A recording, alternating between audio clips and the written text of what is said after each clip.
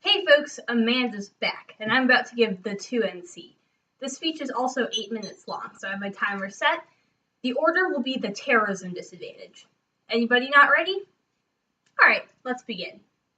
In the status quo, surveillance is preventing terrorism. The plan eliminates crucial surveillance capabilities and increases the risk of a catastrophic attack. That's McLaughlin. The disadvantage outweighs and turns the case. A, magnitude. The threat of WMD terrorism is higher now than ever. An attack would be devastating. That's Pittenger. B, probability. The threat of terrorism is rising. ISIS, Al-Qaeda, Hezbollah, and many other groups are plotting to attack the United States. That's McLaughlin. C, the DA turns the case. Another 9/11 would crush civil liberties and roll back the plan, Friedman 13. If there were another 9/11, 99% of Americans would tell Congress, do whatever you need to do, privacy be damned, just make sure this doesn't happen again. That's why I'll reluctantly trade off the government using data mining to look for suspicious patterns. There were a day where, out of fear, we give the government license to look at anyone, any email, any phone call, anywhere, anytime. If one more 9/11 scale attack gets through, the cost of civil liberties will be so much greater.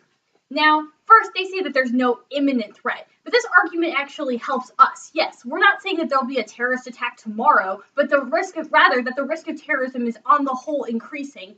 The reason there won't be a terrorist attack tomorrow is because of our surveillance capabilities. If you should extend the 1AC Carafano evidence here, it makes this argument. And surveillance is preventing attacks now, but the risk of terror is high and rising, Lewis 14.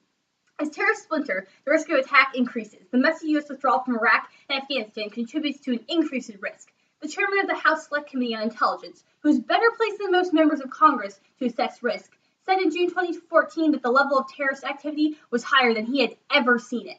A simple assessment of the risk would take into account a resurgent Taliban, the power of Islamist groups in North Africa, the continued existence of al-Shabaab in Somalia, and the appearance of the Islamic State. Al-Qaeda is splintered into groups that make it a less coordinated force, but a more difficult target.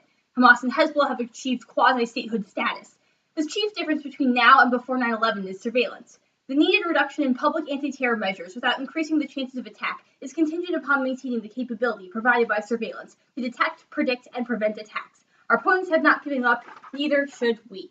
Now, next they say that the USA Freedom Act, which curtailed surveillance and passed in June, should have already caused more terrorism to happen if this were true. However, the new Freedom Act didn't meaningfully limit NSA surveillance, Kaplan 15. The whole point of the USA Freedom Act was to strengthen oversight. But no one should infer from this that we've entered into a new era or that government surveillance has been dealt a serious setback. The NSA is not in retreat.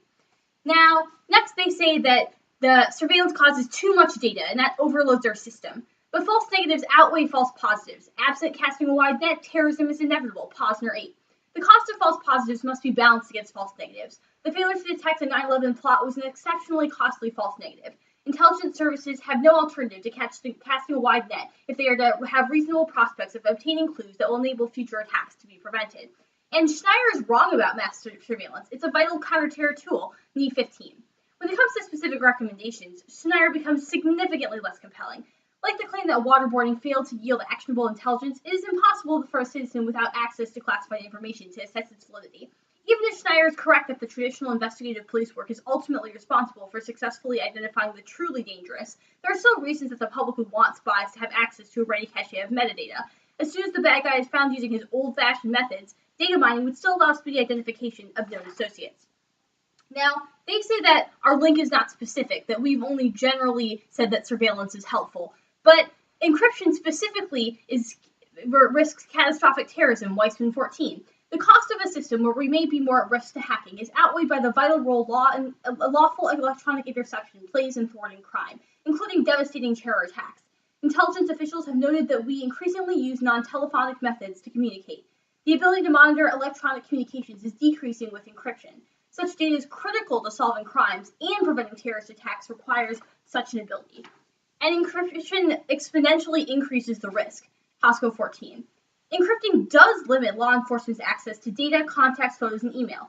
That kind of information can help law enforcement officials solve big cases quickly. New rules will create needless delays that could cost victims their lives. We've lived in an era where the term connecting the dots is commonly used.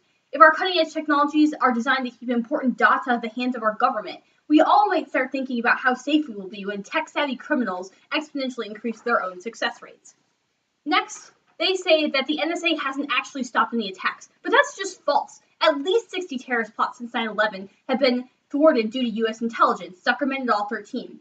There have been at least 60 terrorist plots against the homeland since 9/11, illustrating the continued threat of terrorism against the United States. 53 of these plots were thwarted due to U.S. intelligence. The best way to protect the U.S. from continuing threat of terrorism is to ensure a strong domestic counterterrorism enterprise. And critics are ill-informed about surveillance. Domestic programs are critical to rule out unlikely scenarios to focus on the greatest threats. Lewis 14.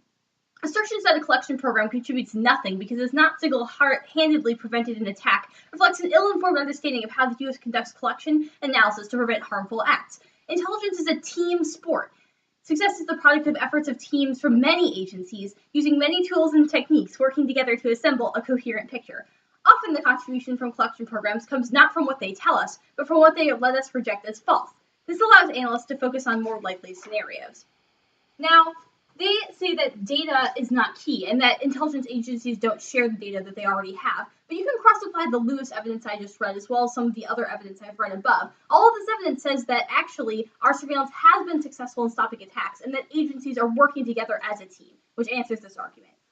Next, they say that terrorism is exaggerated, but that's just because there hasn't been another 9/11 doesn't mean that the risk of terrorism is low. We had the Boston bombing last year. The Paris attacks just happened last week. Belgium is currently shut down because of threats of terrorism, and American citizens who are over there are locked in their hotels for fear of terrorism. It's only a matter of time before it happens here. And the discontinuous risk of terrorism means people consistently underestimate the threat. Lack of major attacks since 9/11 is due to success of surveillance, not lack of terrorists. Surveillance is the only way to locate unknown terrorists. Lewis 14. Attacks have been planned or attempted against American targets every year since 9/11. Constant planning and preparation for attack is not apparent to the public. The dilemma in assessing risk is that it is discontinuous. There can be long periods with no noticeable activity, only to have the apparent calm explode. The debate about how to reform surveillance has discounted this risk. Communication surveillance is an essential law enforcement intelligence tool. There is no replacement for it. Last, they say there's no threat of nuclear terrorism, but nuclear terrorism is both possible and likely, and the effects would be catastrophic. Bunn et al. 13. In 2011, Harvard's Belfer Center published the U.S.-Russia Joint Threat Assessment on Nuclear Terrorism. The assessment analyzed the means, motives, and axis of would-be nuclear terrorists, and concluded that the threat of nuclear terrorism is urgent and real. The Washington and Seoul nuclear security summits demonstrated a consensus among political leaders that nuclear terrorism poses a serious threat to the peace, security, and prosperity of our planet. A terrorist attack with a nuclear device would be an immediate and catastrophic disaster. The risk is driven by spread of information about the technology of nuclear weapons, by increased availability of weapons-usable materials, and by globalization, which makes it easier to move people, tech, and materials across the globe.